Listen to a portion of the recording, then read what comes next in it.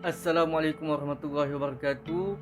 Pada hari ini saya akan membuat satu ringkasan yang berkaitan dengan subjek penyiaran dakwah. Penyiaran secara umumnya ia bermaksud perbuatan menyiarkan, iaitu aktiviti mengadun dan memancarkan rancangan radio dan televisyen kepada orang di sekitar kawasan yang dapat diliputi oleh alat penerima siaran dengan menggunakan sistem analog, satelit dan kabel. Seterusnya, dakwah secara umumnya kegiatan menyeru dan meyakinkan orang lain. Seterusnya, media. Media adalah salah satu alat atau perantara komunikasi perhubungan seperti radio, televisyen dan akhbar, yang mana ia menggunakan alat-alat elektronik moden untuk menyampaikan maklumat dengan cepat dan singkat, biasanya untuk sebaran am. Yang seterusnya, elektronik. Ia bermaksud berkait dengan elektron, iaitu zarah yang lebih kecil daripada atom dan mempunyai cas negatif, iaitu alat yang dibina dengan kaedah iaitu prinsip teknologi elektron, iaitu cabang ilmu fizik dan teknologi yang berkaitan dengan aplikasi litar dan peranti elektronik. Dan seterusnya, media sebagai wasilah dakwah.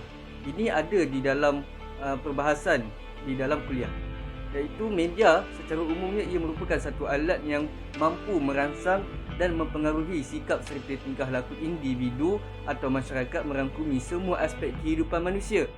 Dan dakwah pula ia merupakan satu ajakan atau seruan ke arah penerimaan penghayatan ajaran dan nilai-nilai Islam di dunia. Di dalam subjek ini, kita akan dapat fahami kedudukan media dalam Islam. Media dakwah bererti saluran dakwah atau saluran sesuatu isi dakwah untuk disampaikan kepada sasaran. Dalam bahasa Arab, ia disebut sebagai wasilah al-dakwah. Yang perlu kita fahami, berdakwah dalam Islam bukan sekadar berceramah semata-mata. Bab seterusnya, iaitu komunikasi dan penyiaran Islam. Iaitu secara definisinya, penyiaran secara umumnya ia adalah media yang mana ia berasal daripada perkataan Latin, iaitu yang membawa maksud pengantara atau alat penghubungan. Ia juga suatu aktiviti mengadun dan memancarkan rancangan radio dan televisyen kepada orang ramai di sekitar kawasan yang dapat diliputi oleh alat penerima siaran dengan menggunakan sistem analog, satelit atau kabel. Di dalam bab ini, kita akan belajar mengenai gambaran umum penyiaran Islam yang mana ia meliputi garis panduan penyiaran di Malaysia yang menceritakan kod etika dan syarat penyiaran yang diguna pakai. Seterusnya, peranan penyiaran yang menceritakan media masa merupakan perkara yang paling penting yang paling berkesan untuk menyampaikan informasi dan maklumat terkini terhadap orang ramai. Ia juga perlu memainkan peranan dan tanggungjawab yang penting serta amanah yang sangat berat dalam menyampaikan maklumat yang benar, tepat dan berfaedah kepada masyarakat. Seterusnya, ia menceritakan medium dakwah dalam Islam. Dakwah dalam media penyiaran yang menjelaskan peranan media dalam berdakwah, mengajak kepada makruf dan cegah pada yang mungkar, dan ia menjelaskan kepentingan dan kesedaran terhadap masyarakat betapa pentingnya media dalam berdakwah. Bab seterusnya berkenaan dengan penerbitan radio dakwah, iaitu secara umumnya radio merupakan salah satu media sebaran am yang paling berkesan, pantas dan dapat melampaui limitasi sempadan batas-batas daerah, wilayah dan negara. Seterusnya, penggunaan radio agak meluas kerana bersifat mudah alih, iaitu ia mudah dibawa dan didengar di mana sahaja dan pada bila-bila masa tanpa sebarang sekatan di samping kos pembelian radio yang berpatutan. Jadi, keistimewaan pada radio adalah kerana unsur asas audio yang tidak mensyaratkan khalayak penggunanya, iaitu seorang yang celik huruf, ia juga melampaui batas buta huruf. Inilah keistimewaan radio yang tidak dimiliki oleh televisyen dan media cetak.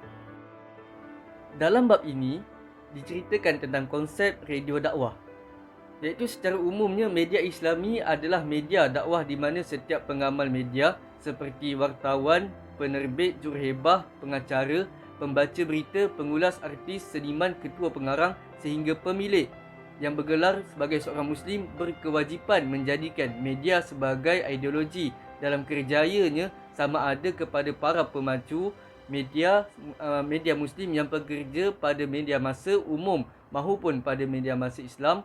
Ini kerana dakwah memang merupakan kewajipan yang melekat dalam diri setiap seorang Muslim, iaitu dakwah melalui radio banyak bergantung kepada penyediaan program atau rancangan yang baik dan seimbang antara memberi maklumat, mendidik dan menghibur.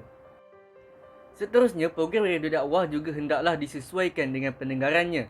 Secara umumnya, kesesuaian isi dengan sasaran terbahagi kepada 3, iaitu kesesuaian dengan anutan agama dan pegangan hidup, seterusnya kesesuaian dengan peringkat sasaran dan kesesuaian dengan masalah dan penyakit sasaran.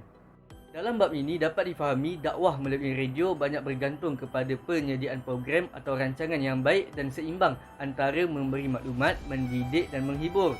Selain itu, rancangan yang disiarkan mestilah bersifat komprehensif, iaitu meliputi pelbagai aspek kehidupan manusia seperti ekonomi, sosial, kebudayaan, sastra dan sebagainya yang mesti dipandukan oleh pemikiran Islam. Bab seterusnya, drama dakwah. Di dalam tajuk ini dapat dipelajari dan difahami, iaitu memahami konsep drama dakwah sebagai media penyampaian dakwah Islam. Seterusnya, memahami proses penulisan skrip drama dakwah oleh penulis skrip. Dan yang ketiga, mengetahui skrip drama dakwah yang sempurna berdasarkan perbandingan proses penulisan di antara penulis skrip. Dalam bab ini, saya dapat simpulkan konsep drama dakwah wajar dijelaskan agar menjadi panduan kepada para karyawan yang mahu mengangkat tema dakwah dalam drama televisyen atau filem.